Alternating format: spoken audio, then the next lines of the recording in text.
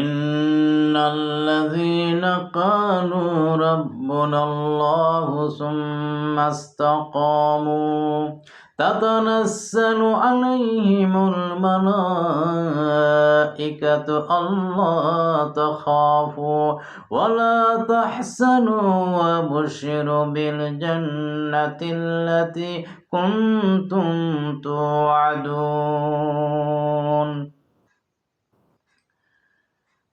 মানুষ যখন মৃত্যুবরণ করবে, মৃত্যুর সময় ফেরেশতা এসে সুসংবাদ দিবে জান্নাতের। আর মহান রব্বুল আলামিন 3 সময় মানুষের কাছে ফেরেশতা পাঠান। সেই 3 সময় কোনটি?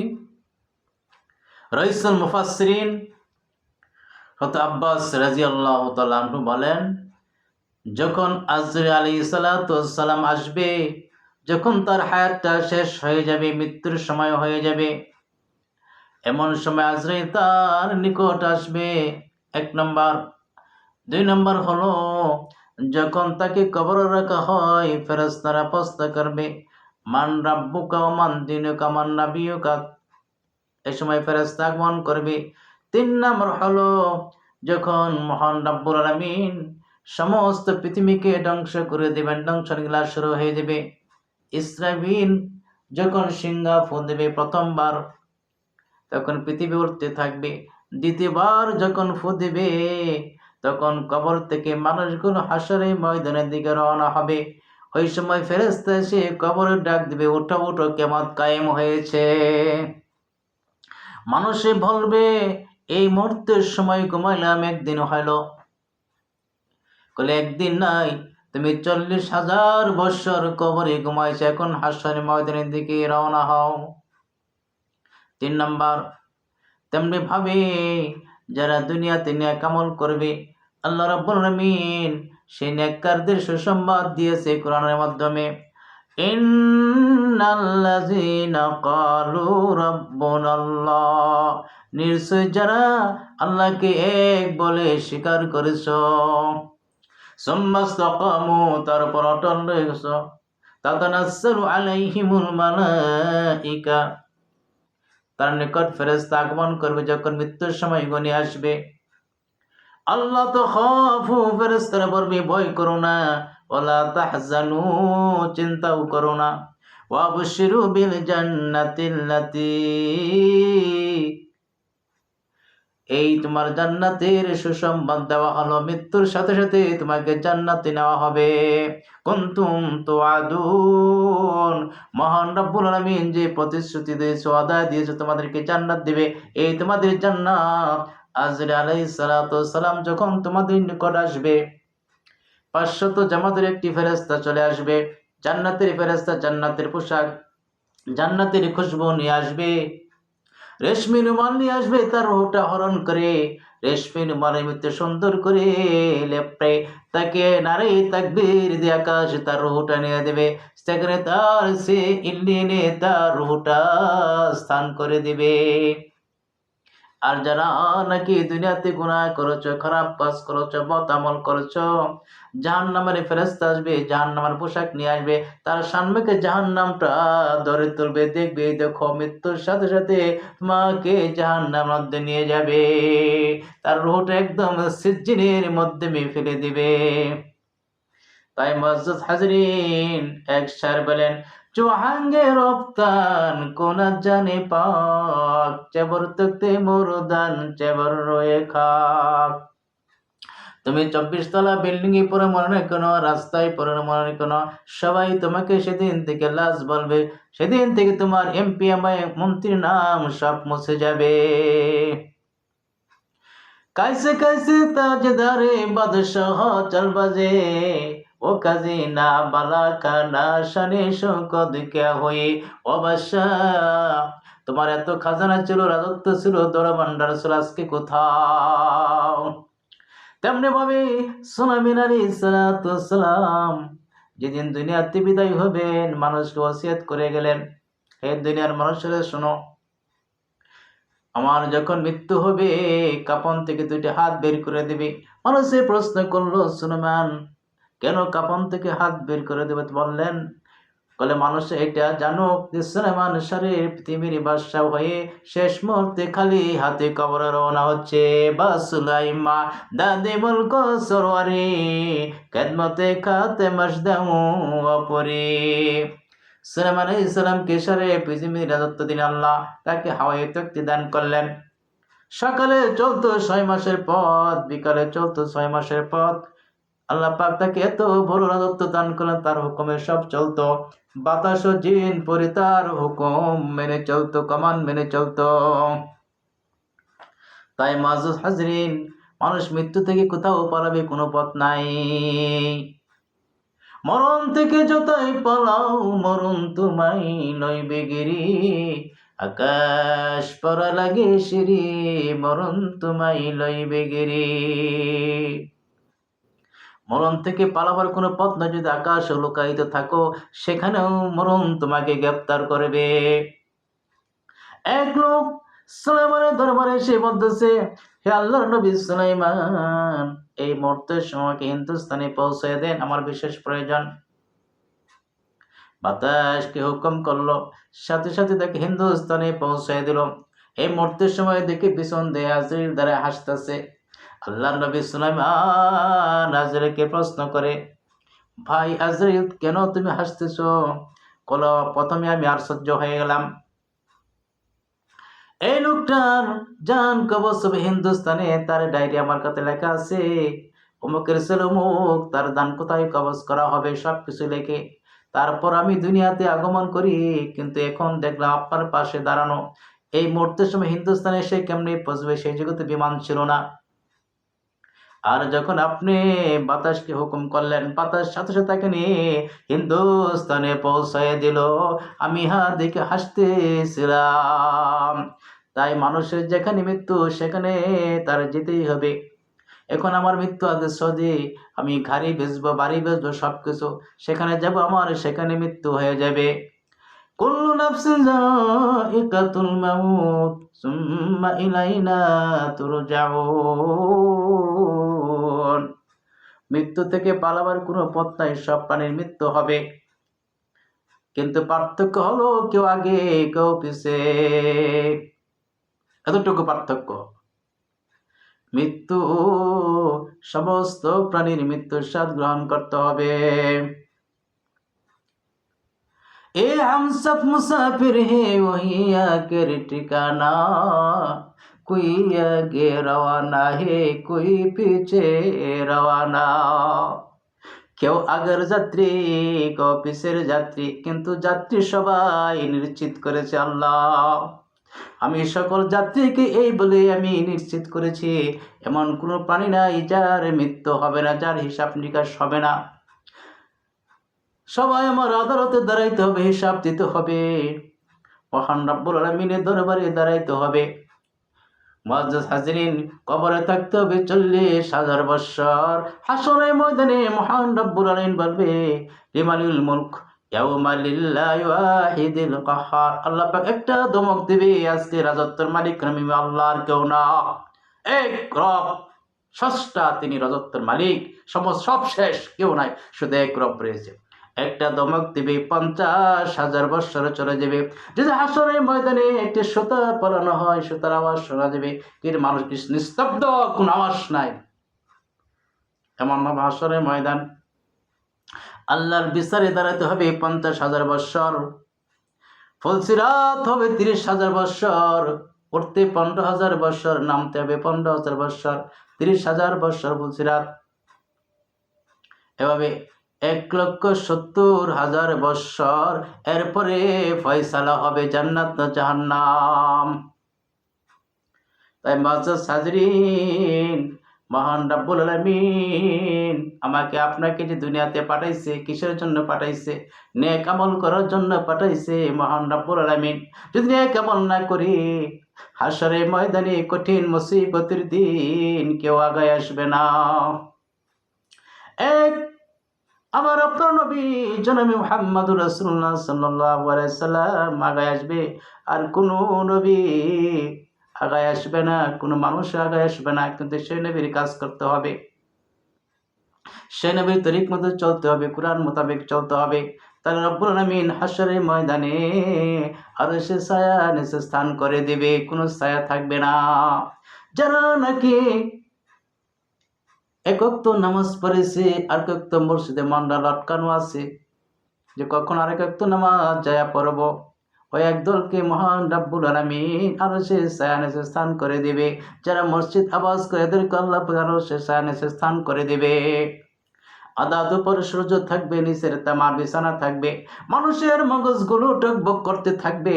কঠিন মুসিবতের দিন মানুষ হাসরের ময়দানে নৌকা চলতে থাকবে, ঘামে সব পড়ে যাবে। আর একদল লোক হাসরের ময়দানে স্থাবর নিচে বসে থাকবে, বিভিন্ন অবস্থা হবে হাসরের ময়দান, তার ন্যাক অনুযায়ী সেখানে অবস্থা ঘটবে।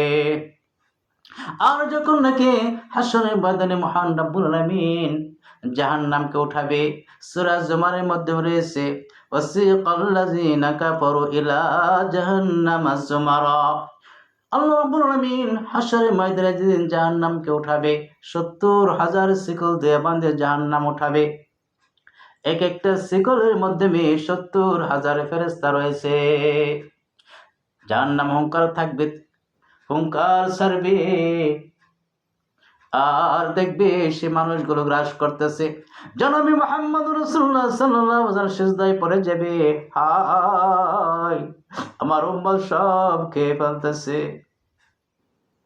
মহান রাব্বুল আলামিন জিবরাইলকে ডেকে বলবে, জিবরাইল আমার বন্ধু সিজদায় পড়ে গেছে, আমার বন্ধুকে অনেক কাঁদাইছি, তাইফের ময়দানে বাড়ি খাওয়াইছি, রক্ত জড়াইছি, বদরের ময়দানে, সে উহুদের ময়দানে আমার বন্ধু দান্দান মোবারক শহীদ হয়েছে, মাথা বোলহাট ডেকে গিয়েছে, কত কষ্ট করেছি, আজকে আমার বন্ধুর কাদার দিন নয়। বন্ধুকে বলেন যেন সিজদা থেকে মাথায় উঠায়, আর আপনি এক পালা পানি নিয়ে আমার বন্ধুর কাছে নিয়ে যান। আল্লাহ নবীকে ডাক দিবে, জিবরাইল হে আল্লাহর নবী আপনি মাথা উঁচু করেন, মহান রাব্বুল আলামিন এক পালা পানি দিয়েছে, আপনি এই পানিকে জাহান্নামের মধ্যে ছিটিয়ে দেন, জাহান্নামের আগুন নিভে যাবে। আল্লাহ নবী তাই করবেন। যখন পানি ছিটিয়ে দিবেন জাহান্নামের আগুনগুলো নিভে যাবে। জিবরাইলকে প্রশ্ন করবে, ভাই জিবরাইল পানি কোথায় পাইলা? যে অল্প একটু পানি দিয়ে আমি যখন জাহান্নাম ছিটিয়ে দিলাম জাহান্নামের আগুন নিভে গেল। করে যারা নাকি দুনিয়াতে আল্লাহর ভয়ে কাঁদছে, চোখ দিয়ে অশ্রু বের করেছে, পানি জড়াচ্ছে আল্লাহর ভয়ে, সেই পানিগুলো মহান রাব্বুল আলামিন জমা রেখেছে।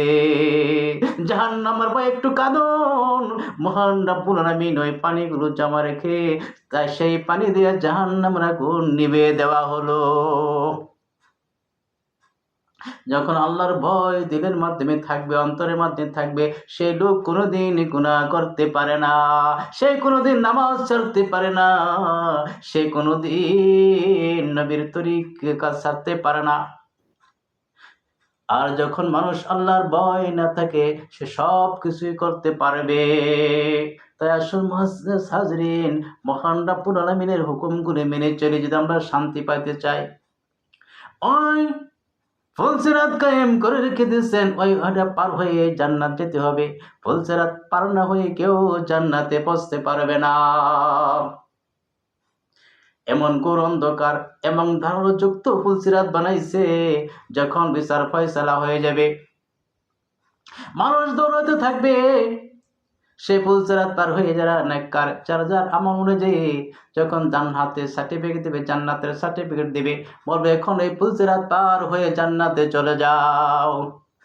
তখন হাশরের ময়দান সামনেই যখন ফুলসিরাত কায়েম থাকবে, এমন ঘোর অন্ধকার একটা মানুষ কেমন ভাবে পার হবে, পার হবার কোনো পথ থাকবে না, এত অন্ধকার থাকবে।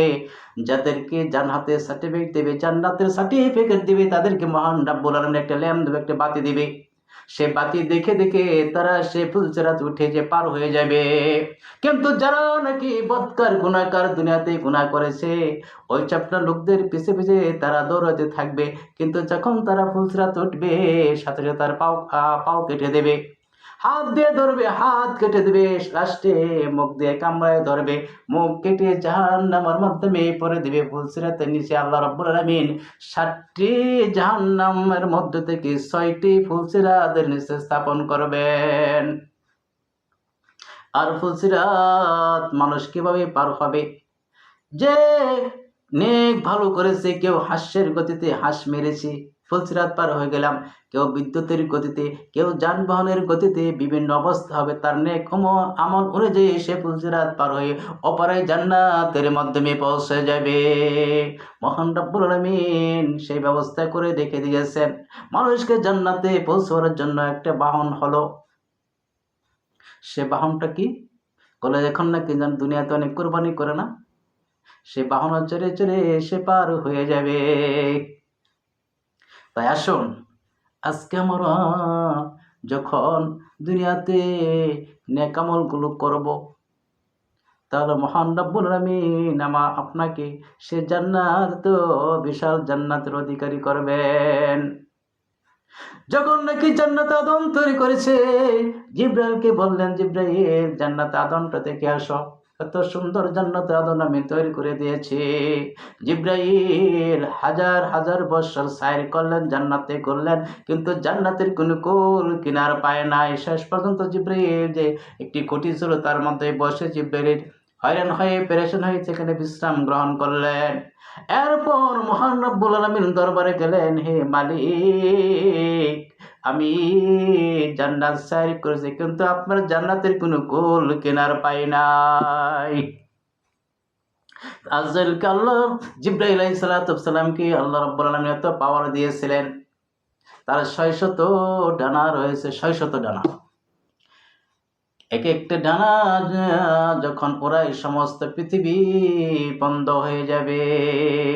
সেই জিবরাইল আলাইহিস সালাম সাইর করলেন, জান্নাতের মধ্যে সাইর করলেন, কিন্তু জান্নাতের কোনো কুল কিনারে খুঁজে পায় নাই।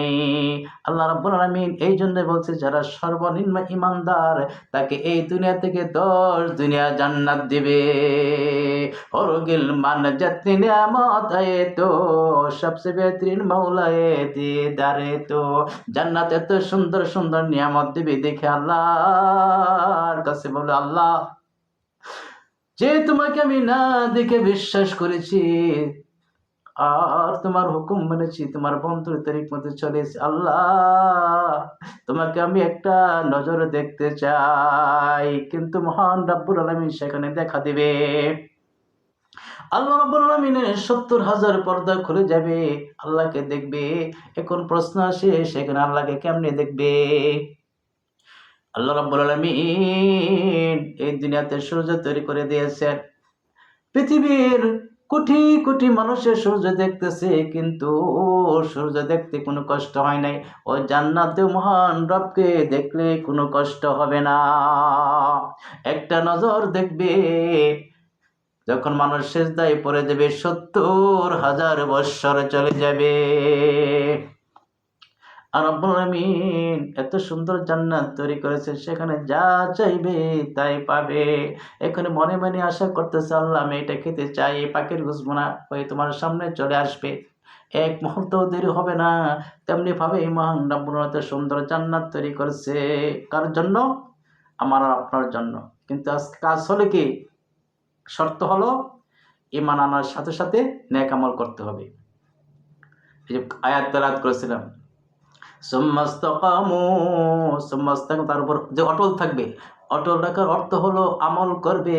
যে আমল করবে, এরা তাফসীর লিখেছেন, যে আমল করবে, ঈমান আনার পর সাথে সাথে আমল করবে, তাহলে মহান রব্বুল আলামিন ওই জান্নাতের ফয়সালা করে দেবে। এখন প্রশ্ন হয়েছে, আমরা নামাজ পড়ি না দুনিয়াতে, ঈমান ঠিক। আরে ভাই, নামাজ পড়েন ঈমান ঠিক, কিভাবে হইল ঈমান ঠিক? আল্লাহ রাব্বুল আলামিন বলেন, যে ব্যক্তি 5 ওয়াক্ত নামাজ পড়বে তার ঈমানের সাথে মৃত্যু হবে, এই দায়িত্ব আল্লাহ নিয়েছে। আমি যদি এক লোকের চাকরি করি, মাস শেষে বেতন দেবে, আর যদি 30 দিনের মধ্যে 1 দিন 2 দিন যায় তো ডিউটি পালন করে বেতন দেবো কোত্থেকে? তেমনি ভাবেই যেন কি মহান রবের হুকুমগুলো মানবে, মহান রব্বুল আলামিন তাদেরকে ওই ইমানের সাথে দুনিয়া থেকে বিদায় দিবেন, পরকালে জান্নাত দিবেন। আর নামাজ না পড়লে, আল্লাহর হুকুম যে না মানবে, মান তারাকাস সালাতা মুতাআম্মিদান ফাকাদ কাফার। এখন হুকুম মানি না, কোন পর্যায়ে চলে গেলাম? এখন যদি আল্লাহর হুকুম মানি, তাহলে মহান রব্বুল আলামিন কত খুশি হয়ে যাবেন। যখন নাকি মানুষ রুকু করে, 1 মণ স্বর্ণ যখন আল্লাহর রাস্তা দান করলে যে সব, এই সব হবে। যখন মানুষ সিজদাতে যায়, সমস্ত পৃথিবী আল্লাহ পাক নেক দিয়া ভরে দেন। বলেন সুবহানাল্লাহ। এত দাম, এটা চাই না। নামাজের কত দাম বুঝি না। যে নামাজ পড়বে কঠিন মহাশরের দিন, যে অজু করবে, অজুর অঙ্গগুলো নূরের মতো জ্বলতে থাকবে। জনাবি মুহাম্মদ রাসূলুল্লাহ সাল্লাল্লাহু আলাইহি সাল্লাম চিনে চিনে তার উম্মতদেরকে জান্নাতে পৌঁছায় দিবে। আর আমার উম্মত, এদেরকে আল্লাহ, তুমি তাদেরকে জান্নাতে পৌঁছে দাও। আল্লাহ রাসূল সুপারিশ করবে, সুপারিশ করে করে জান্নাতের মাধ্যমে পৌঁছে দেবে। যখন নাকি মহান রব্বুল আলামিন নেকির পাল্লায় হাশর ময়দানে কায়েম করবেন, আর যখন গুনার পাল্লা বেশি হয়ে যাবে, ফেরেশতারা জাহান্নামের শিকল দিয়ে শেষরা জাহান্নামের দিকে নিয়ে যাবে। জনাবে মুহাম্মদ রাসূলুল্লাহ সাল্লাল্লাহু আলাইহি সাল্লাম বলবেন, ফেরেশতারে দাঁড়াও দাঁড়াও দাঁড়াও, কোথাও নিয়ে যাও, আমার উম্মতদেরকে কোথাও নিয়ে যাও। ইয়া রাসূলুল্লাহ, মিজানের পাল্লা ওজন করেছে, তাদের বদির পাল্লা বেশি হয়েছে, নেকির পাল্লা হালকা হয়েছে, এই জন্য জাহান্নামের ফয়সালা হয়েছে, জাহান্নাম দিকে নিয়ে যায়। না না, মানি না, আমাদের সামনে ওজন করো। জনাবে মুহাম্মদ রাসূলুল্লাহ সাল্লাল্লাহু আলাইহি ওয়াসাল্লাম একটি কাগজের টুকরা, কোথাও লেখা আছে লা ইলাহা ইল্লাল্লাহ মুহাম্মাদুর রাসূলুল্লাহ, আবার কোথাও আছে যে দুরূদ পড়ে, সেই দুরূদ একটি কাগজে লিখে পাল্লায় রেখে দিবেন। রেখে দিলে সেই নেকির পাল্লা ভারী হয়ে যাবে। যখন নেকির পাল্লা ভারী হয়ে যাবে, ওই ফেরেশতারা জান্নাতের দিকে নিয়ে যাবেন। সুবহানাল্লাহ। সে নবীর পথ যে চলবে, সে নবীর তরিক মতো চলবে, সেই নবীর সুপারিশ পাবে। আর সে নবীর তরিক মতো চলবে না, সে কখনো সুপারিশ পাবে না। নবী তাকে চিনবে না, নবী তাকে ভুলে যাবে। আজ উম্মতের পরিচয় কি? এখন পরিচয় হলো, আমার মুখে দাঁড়িয়ে আছে, আল্লাহ নবীর নেবাস আছে, নবীর তরিক আছে, সব কিছু আছে। সমস্ত বডিরা নবীর সন্ন্নত দিয়ে আমি সাজিয়েছি। নবী বলে, আমার সন্ন্নত দিয়া জীবনটা তুমি সাজাইছ, হাসরের ময়দানে আমি তোমার জান্নাতের জন্য আমি সাজাইয়া দিব, তোমার জান্নাত সাজাইয়া দিব। আর নবীর তরিকা না চললে কেমনে জান্নাতে যাইবেন? মহান রব্বুল আলামিন কাউকে কোন অবস্থায় ক্ষমা করবে বলা যায় না। এজন্যই আমরা সমস্ত আমলই করব। আল্লাহ পাক কাকে কেমনে মাফ করে বলতে গেলে অনেক কঠিন হবে।